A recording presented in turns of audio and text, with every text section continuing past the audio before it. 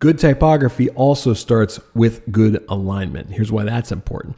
Now, I want you to compare two different types of alignment, okay? Here we have an example of left-aligned text with what's called a rag right. That means the letters on the right never wind up in the same place. That's called a ragged right, or again, the abbreviation is rag right.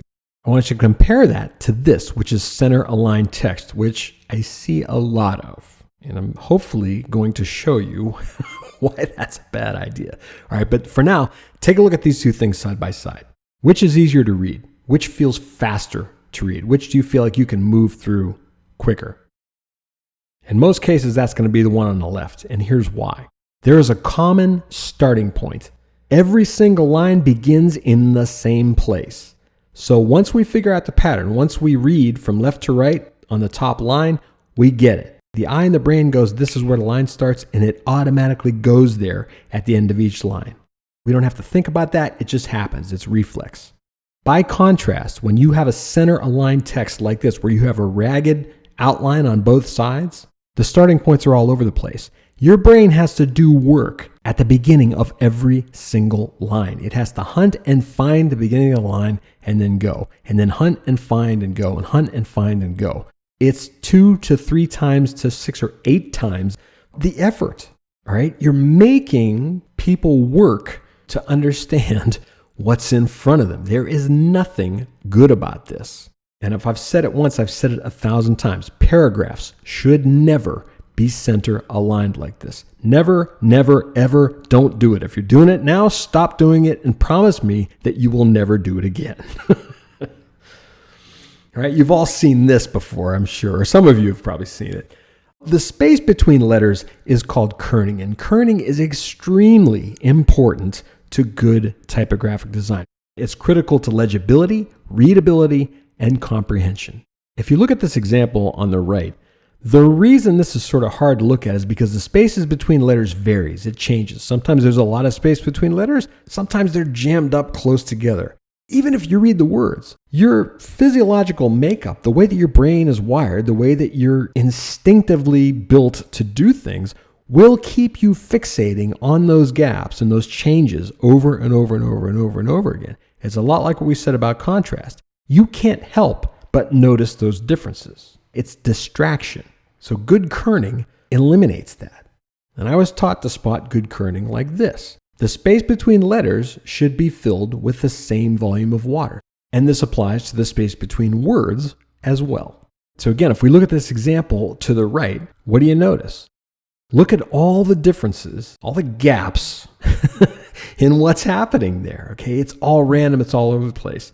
It's not the same in any two consecutive places. So were you to sort of fill up those areas, you'd have a different volume of water in every area.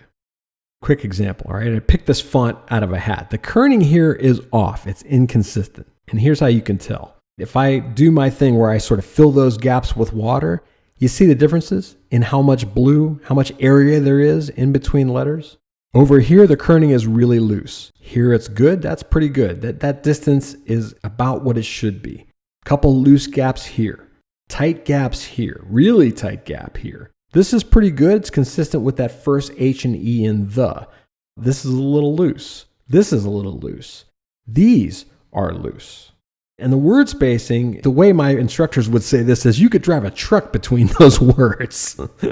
Okay? But that's how you recognize this. Now, by comparison, the kerning here is okay. Now, I want you to notice the length difference from left to right in that line. Even though off is 3 letters and okay is 2 letters, you see the difference in the length of that line?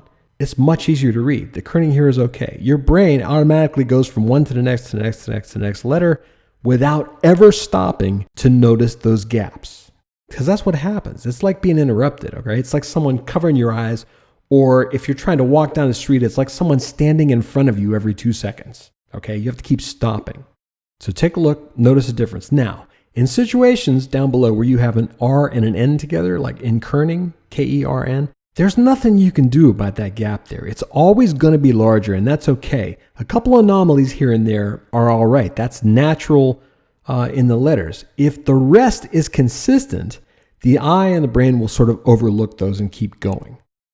Now I want to talk about leading. Leading is the space between lines of text. In terms of UI design, we often call that line height. Okay, that's how it's identified normally in CSS. Increasing leading makes text easier to scan and easier to read, which makes comprehension a lot faster as well. In those 3 paragraphs that I just put up there, notice the space between them. Those are resting points. I read and then I stop. I read and then I stop. Those stops are tremendously important to cognition. That's why there should always be space between paragraphs, no matter what you were taught in your English composition courses. Okay? I don't care what anybody has to say. This is infinitely easier. It's a lot less cognitive effort. And that's because it serves to visually group related chunks of information. We absorb, we stop, we absorb, we stop. It's how things are meant to work naturally. So if we start with a paragraph like this, everything is close together and there's no division between paragraphs. Sometimes you'll see an indent, all right? There's a lot of that, but that indent is not enough to separate ideas. So this is kind of tough because everything is together and it's sort of a lot to deal with. Now, if we change that and add some space, look at the difference. How much easier is it to move through this, right? A lot easier because those spaces allow us to read and rest and read and rest and read and rest. Those rests are important. If nothing else, they ensure that we don't become fatigued when we're dealing with a lot of information. On the left, how we're perceiving this is as one bold line at the top and one big chunk of information. It all blends together as one big visual chunk. This is how we perceive things. As opposed to this version, where what we see is a headline and lots of individual related lines. We're able to break it up. We're able to move through it. We're able to see the relationships between lines. It doesn't all mash together as one thing. All right. This is how you reduce cognitive effort. I'm hammering this because people fixate on the idea that UI design is about how things look. It is also about how easy it is to utilize what we see and what's on the screen. That is all part of user experience. Now, one more thing I want you to take a look at. Check out the spaces between paragraphs. Remember the principle of proximity? Look at the lines of the paragraph. See how they're much closer together? Those gaps are a lot smaller than the gaps between paragraphs. That's the principle of proximity in action, my friends. In that first paragraph, these 5 lines all work together. They're part of one group. The next 5 lines all work together. They're part of one group. Proximity is used to separate these groups of information. And the reason I'm doing this is because I want you to understand that all these principles, all these things I'm teaching you, never exist in a vacuum. You never just have one principle that applies to UI design. It's always a combination of multiple things at play. So as you learn these things, I'm trying to show you how to also apply them. They all count, they all matter, they are all in play all the time when you are designing.